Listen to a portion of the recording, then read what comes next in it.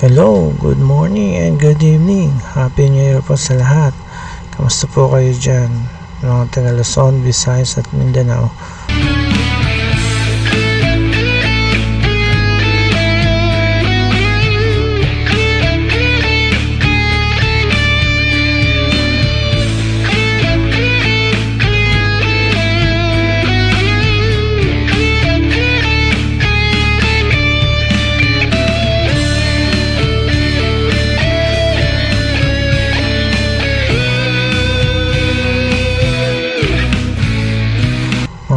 FW, kamusta po?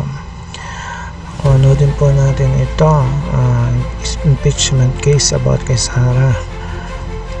Na isinampa laban kay VP Sara, mukhang sa basuruhan nga raw ang punta. Dahil ang mga susunod na mangyayari, posibleng hindi raw nila kayanin. Ito ang naging babala ng maraming supporter ni Vice President Sara Duterte sa mga taong naghain sa kanya ng sunod-sunod impeachment cases na tila inihabol pa bago matapos ang taong 2024. Kahit raw alam ng publiko na marahil nasa likod nito ang House Speaker na si Martin Romualdez na maugong ng sinasabi noon pa man na gustong maging Pangulo o Prime Minister ng bansa, mukhang hindi raw uubra sa mga posibleng abogado ni VP Sara ang mga kasong isinampas sa kanya. Dahil bukod kay Secretary Panelo at sa kanyang ama, dating mayor ng Davao na si former President Rodrigo Duterte at veteran lawyer na si Representative Rodante Morcaleta, mukhang nakahilera ang mga abogadong handang dumepensa kay VP Sara at patunayang wala siyang ginawang iligal para mapatalsik ito sa pwesto. Lumutang ang pangalan ng mga veteran lawyers katulad na lamang ng kanyang asawa na si Attorney Manasseh Scarpio na posibleng maging abogado raw ni VP Sara. Maging ang top-tier celebrity lawyer na si Attorney Ferdinand Topacio na kilalang miyembro ng Iglesia ni Cristo ay isa sa pininiwalaang defender ni VP Sara noon pa man. Maging ang isa sa mga tinitingalang abogado ng Integrated Bar of the Philippines at ang former Solicitor General na si Jose Calida ay pinaniniwalaan din posibleng maihilera sa mga abogadong ipagtatanggol ang Vice-Presidente laban sa mga impeachment cases na isinampas sa kanya.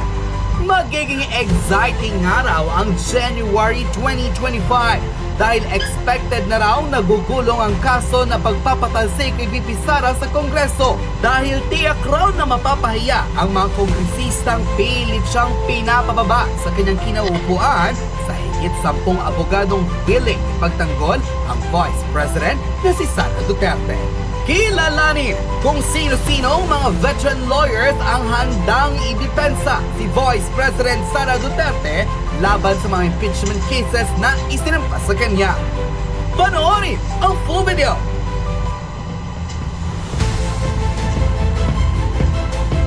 Panibagong taon, panibagong pasabog.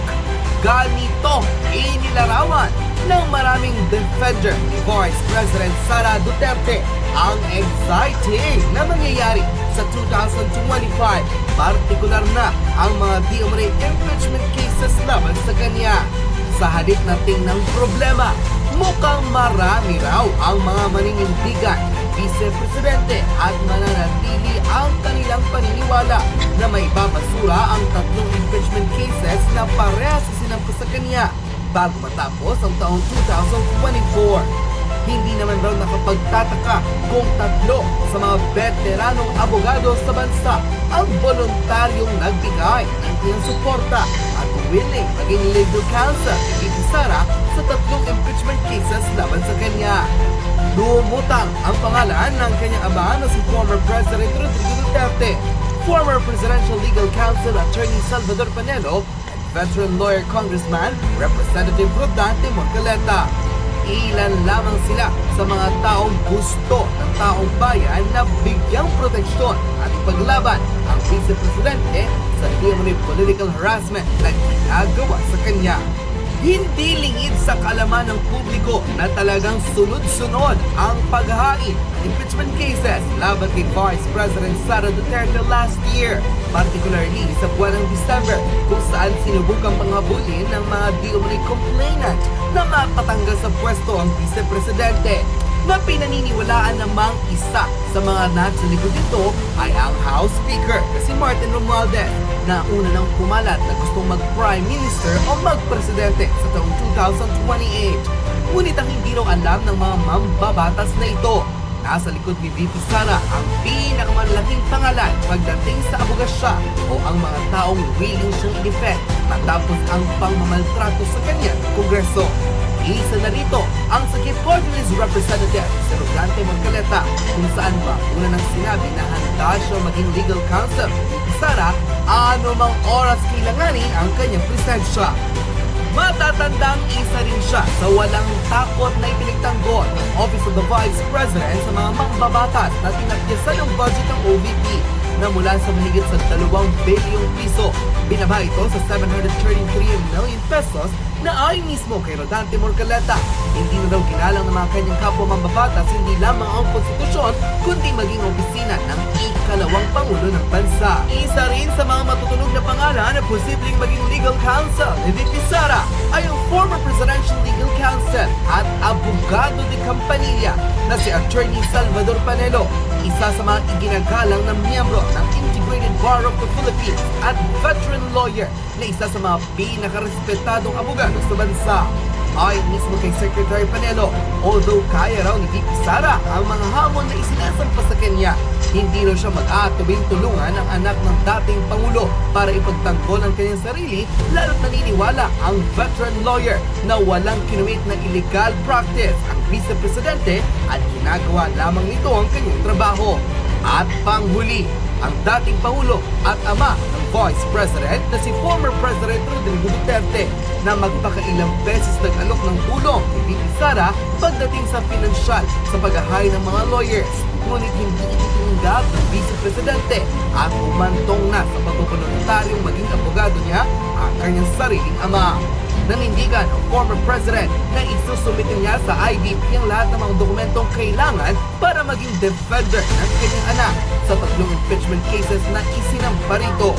Hindi lamang sila ang mga posibleng dapat abangan ng taong bayan na magiging tagapagtanggol ng Vice Presidente sa gugulong na kasong impeachment laban dito dahil bukod sa 3 pinakarespetadong lawyers sa bansa, mayroon pang 10 at higit pa na pwedeng maging tagapagtanggol ni VP Sara laban sa mga kasong isinampa sa kanya.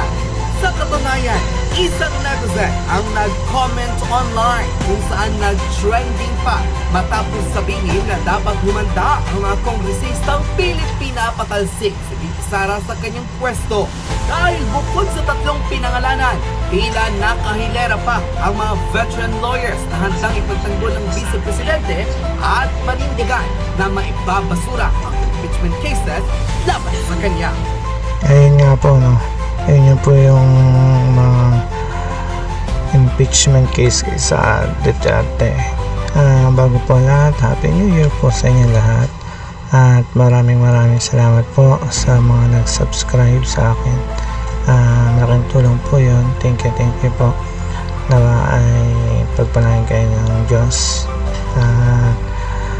At ingatan kayo. Yun nga lang po. At marami po talaga magtatanggol kay Sara. Isa na po dito ay ang kanyang ama na willing at sa kanya at yung kanyang asawa. Mga veterano po ang mga lawyers ni Sara. Kaya maganda po at exciting po ang magiging kung magkaroon po ngayon ng impeachment and trial kay Sara Duterte. Yun lang po. God bless po sa inyo lahat. Mabuhay kayo. God bless po.